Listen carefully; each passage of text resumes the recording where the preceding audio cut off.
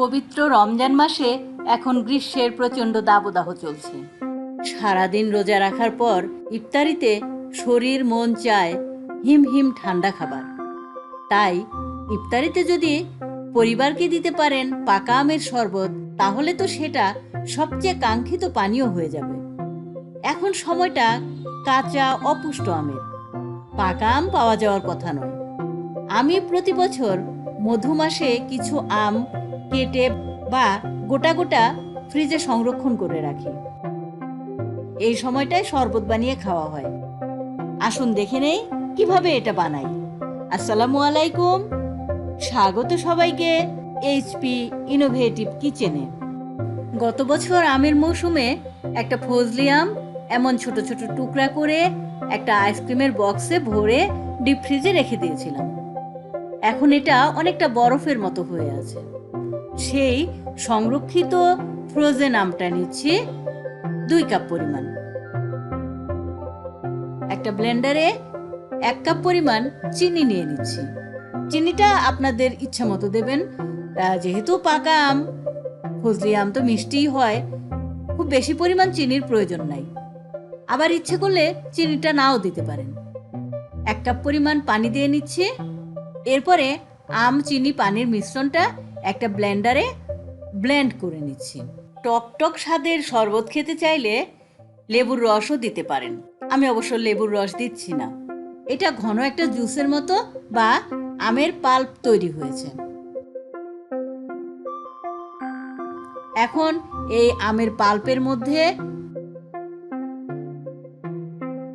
ভাজা জিরা এবং গোলমরিচের গুঁড়া দিচ্ছি 1 চা চামচ। লবণ দিচ্ছি 1 চা চামচ। এরপরে এই পাল্পটার মধ্যে প্রয়োজনীয় পানি দিয়ে এটাকে আবার একটু ব্লেন্ডারে অল্প সময় ব্লেন্ড করে নিব। তাতে ভাজা জিরা গুঁড়া, লবণ মিশে যাবে এবং পাল্পটাও পাতলা হয়ে একটা পাতলা জুস বা শরবত তৈরি হবে। এখানে বিট লবণও দিতে পারেন। যেহেতু বিট লবণটা স্বাস্থ্যের জন্য খুব একটা ভালো নয়, এই জন্য আমি বিট লবণটা অ্যাভয়েড করি। ঠান্ডা পানি বা বরফ কুচি দেওয়ার কোনো প্রয়োজন নাই। যেহেতু আমটা ফ্রোজেন ছিল, এই জন্য এমনিতেই এটা বেশ ঠান্ডা। আমাদের পাকা আমের শরবত তৈরি হয়ে গেছে। চমৎকারভাবে সাজিয়ে ইফতারিতে পরিবেশন করুন পাকা আমের শরবত। 1 গ্লাস পাকা আমের শরবত খুব দ্রুত আপনার তৃষ্ণা মিটিয়ে শরীরকে মনকে চনমনে করে তুলবে। আসুন এবার দেখে নেই পাকা আমের শরবতের পুষ্টিগুণ। পাকা আমের শরবতের পুষ্টিগুণ। আমকে বলা হয় ফলের রাজা। মধু মাস তো বটেই, এ সময় বাজার জুড়ে আম থাকে। তবে সংরক্ষণ করে আম সারা বছর খেতে পারেন। পাকা আম শরীরের জন্য ভীষণ উপকারী। আসুন জেনে নেই পাকা আমের উপকারিতা সম্পর্কে। পাকা আমের গ্লুটামিক অ্যাসিড মস্তিষ্কের কোষগুলোকে উজ্জীবিত করে মনোযোগ বাড়িয়ে দেয়। তাই মস্তিষ্ক ও স্মৃতিশক্তি উন্নত হয়।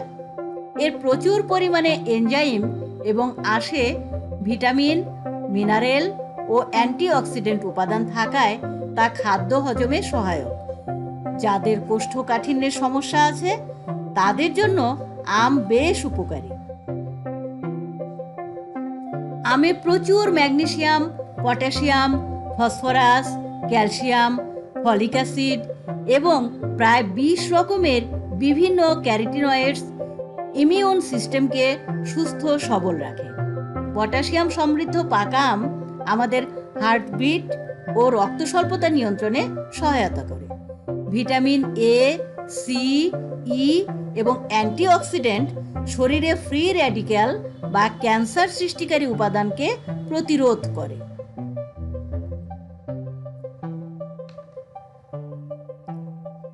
আমে ভিটামিন এর উৎস প্রচুর বিটা ক্যারোটিন থাকে, যা আমাদের দৃষ্টিশক্তি বৃদ্ধিতে সাহায্য করে এবং রাতকানা রোগ থেকে রক্ষা করে। ভিটামিন ই এবং সেলেনিয়াম পর্যাপ্ত পরিমাণে থাকায় হার্টের সমস্যা প্রতিরোধ করে হার্টকে সুস্থ ও সবল রাখতে বিশেষ ভূমিকা পালন করে। তাই এই ফল হৃদরোগ, ভুলে যাওয়া রোগ, আলঝেইমার, পার্কিনসন্স ও আর্থ্রাইটিস প্রতিরোধ করে। আমের এত এত পুষ্টিগুণ জেনে নিশ্চয়ই এই গরমে পাকা আমের শরবত পান করতে ইচ্ছা করছে। আমের ভরা মৌসুমে পাকা আম ফ্রিজে সংরক্ষণ করে রাখুন আর অসময়ে প্রাণ ভরে পান করুন। আজ এই পর্যন্তই, দেখা হবে আগামী কোনো রেসিপি নিয়ে। এতক্ষণ সাথে থাকার জন্য অনেক অনেক ধন্যবাদ। আসসালামু আলাইকুম।